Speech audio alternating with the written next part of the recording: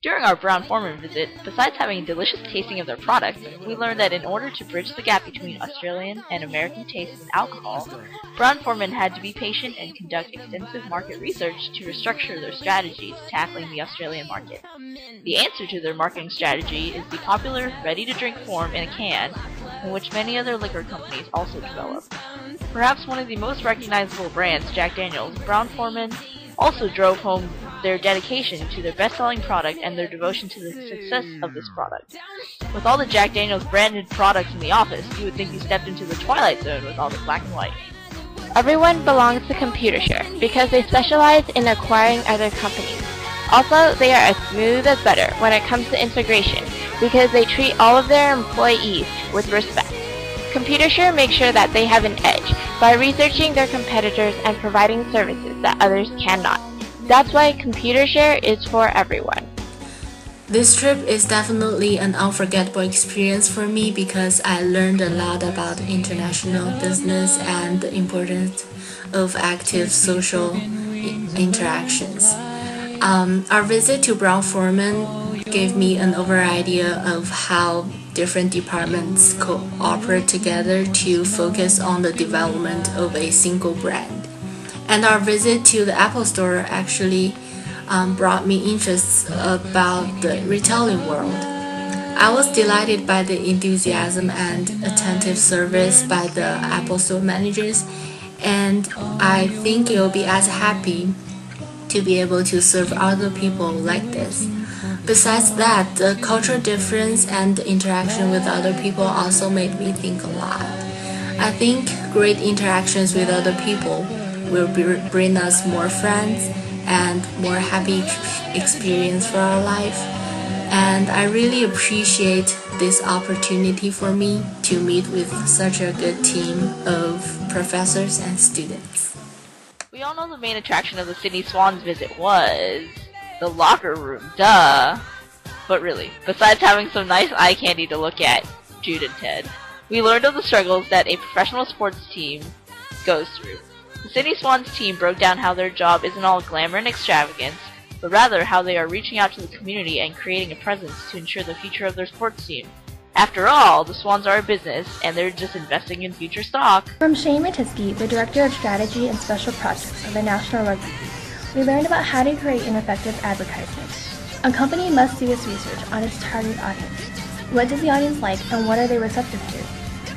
The marketing department at the NRL learned that their audience is receptive to celebrities. Research is probably the most important phase in creating a marketing plan, something Shane Matisky illustrated with the always soulful Tina Turner and the forever rocking Bon Jovi. Hi professors, it's Jessica and Joyce here. We just wanted to give you our reflection and our conclusion on our LINC Sydney trip.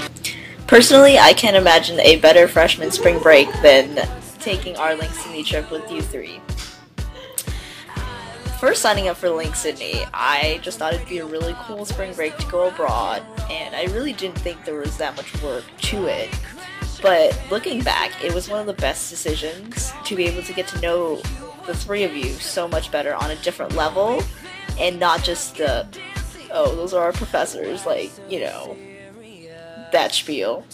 But surprisingly, I learned a lot from the company visits. I thought we were just going to sit there, they're just going to give us a presentation, but we just learned so much more about international business and market entry, and really the struggles that it takes to be successful. Yeah, and like, even though I wasn't huge on international traveling, like, LINC has really opened my eyes, and it's made me want to travel. I used to hate packing. Well, I still do hate packing, but it's taught me that packing has been worth it. And I really just want to thank you guys for preparing this trip, and the breakfast was amazing. I loved it. So, I mean, yeah. But I hope you guys are doing well, and we really miss you, and we miss our week there, and we hope that someday we could get a huge reunion and go back to Australia. The triplets are back in action! Oh, we're missing one. Well, yeah. But she'll come in soon. Bye! On our visit to the Apple Store in Sydney, our hosts introduced us to the Apple Store Leader Program, which is a 24-month immersion in managing and operating an Apple retail store.